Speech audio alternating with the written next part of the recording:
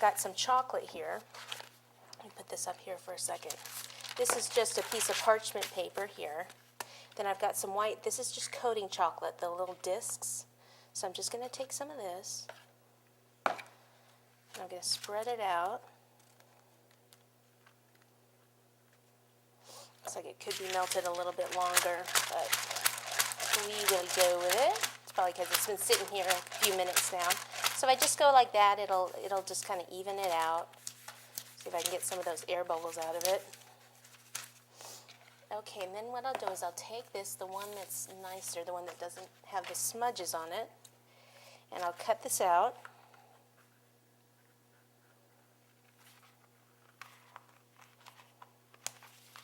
I'm going to leave a little bit of space here at the top,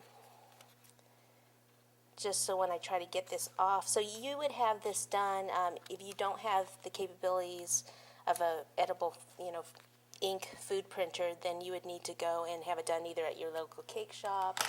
Sometimes grocery stores will do the photos for you. Okay, so then I just take this blade here, which is a palette knife, and just go right under the photo to get that off. Okay, so what I do is, as that's sitting, I'll just go ahead and pop this right on top. So this way, I'm going to be able to stand this card up against the jersey and not just lay it flat, like it is like an actual little card. So now what I'm going to do is just take this whole thing and sit it off to the side, and we'll come back to it and we'll cut around it later. Okay, that's why I have it on this mat. You could also do it on a cookie sheet. Cookie sheet's actually better, but I didn't have one with me. So I'll just pop it over here out of the way. And we won't be using these until later, so I can go ahead and put these to the side. And then the next thing, we're going to place it on a half-sheet board. Now, whenever you cut out cakes like this, it's actually good to put two boards together. So these boards, these are half sheets, and they're called double wall. So that means that they actually have double the corrugation in here. See, there's two rows. I never even buy half sheet or quarter sheet that are single wall, because they're kind of, in my opinion, worthless, because they just, your cake can bend a little, and your icing, after you iced it and everything, it can crack on you a bit.